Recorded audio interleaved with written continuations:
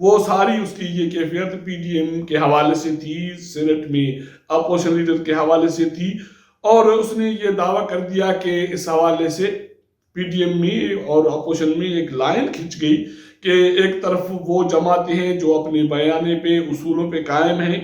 کہ سلیکٹرز کو اور سلیکٹڈ کے ساتھ نہیں چلا جا سکتا، لیکن دوسری طرف وہ جماعتیں ہیں جو ایک چھوٹے عہدے کے لیے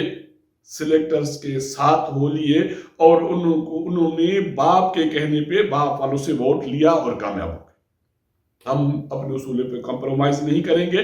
مریم نواز نے اس کے ساتھ ساتھ 2-3 بڑے انکشافات کیے، اور یہ انکشافات اس کے حوالے سے پاکستان پیپلز پارٹی کے جو نزدیک کے لوگ ہیں وہ بھی مختلف دعوے کرتے ہیں۔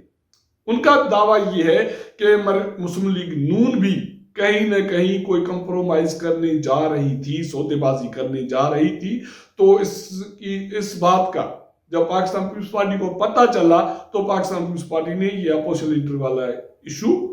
جلدی نمٹا دیا تاکہ ان کے ساتھ کوئی ہاتھ نہ ہو جائے۔ لیکن مریم نواز کہتی ہے کہ نہیں، ایسا نہیں ہے،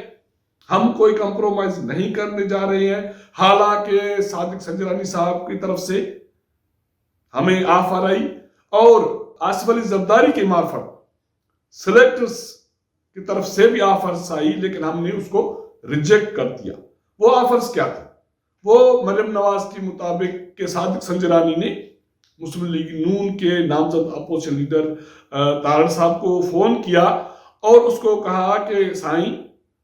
اگر آپ چاہیں تو میں آپ کو 3-4 ووٹ دلوا سکتا ہوں، میرے پاس باپ کے 3-4 ووٹ موجود ہیں جو میں آپ کو دلوا سکتا ہوں۔ لیکن طاہر صاحب نے اس کو ریفیوز کیا اور کہا کہ ہم کوئی کمپرومائز نہیں کریں گے، میں کوئی سودے بازی نہیں کروں گا، میں پی ڈی ایم سے اور اپنی قیادت سے دھوکے بازی نہیں کروں گا۔ ایک بات مریم کی دعویٰ یہ ہے۔ دوسری طرف دعویٰ یہ ہے کہ مریم نواز کا یہ کہنا ہے کہ پی ڈی ایم کے سربراہی اجلاس میں آصف علی زرداری یہ تجویز لے کے آئے کہ سلیکٹرز پنجاب میں لاڈلا بزدار کو تبدیل کرنا چاہتے ہیں۔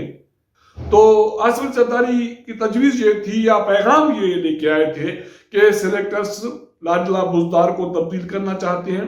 تو اس لیے اگر مسلم لیگ نون چاہے، پی ڈی ایم چاہے، تو اس کے خلاف عدم اعتماد کی تحریک لائی جائے اور 2.5 سال کے لیے کسی اور کو وزیر اعلیٰ منتخب کیا جائے۔ لیکن میاں نواز شریف نے 2 ٹوک اس کو جواب دیا، اور اس کا یہ کہنا تھا کہ اگر سلیکٹرز کے تھرو اس کے مدد سے کوئی تبدیلی لانی تھی تو ہم نے یہ جدوجہد کیوں کی۔ تو اس نے میاں نواز شریف نے یہ انکار کر دیا۔ لیکن مریم نواز کا سارا غصہ یا اس ساری میڈیا ٹاک کا جو لبے لباب تھا وہ یہ تھا، پاکستان پیپلز پارٹی پہ بڑا الزام یہ تھا کہ انہوں نے باپ کے اشارے پہ باپ والوں سے ووٹ لیے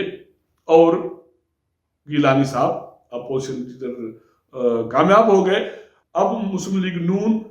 پی ڈی ایم کے صدر مولانا فضل الرحمان کے موقف کا انتظار کر رہی ہے،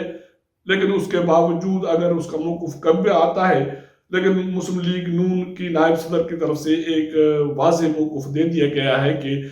پاکستان پیپلز پارٹی اور نون لیگ کے درمیان ایک لائن کھنچ گئی ہے۔ اب یہ ٹکراؤ کہاں جا کے رکے گا اور اس الزامات میں کتنا دم خم ہے کہ کمپرومائز کون کر رہا ہے، چیزیں کس کی طے ہوئی ہیں۔ ایک طرف یہ الزامات ہے کہ مسلم لیگ نون کی اسٹیبلشمنٹ سے یا سلیکٹر سے کچھ چیزیں طے ہو رہی ہیں، دوسری طرف الزام یہ ہے کہ پاکستان پیپلز پارٹی اور کچھ اور جماعتوں کے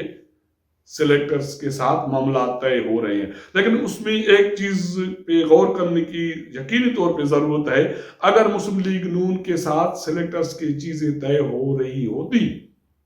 تو سلیکٹرز کو باقی جماعتوں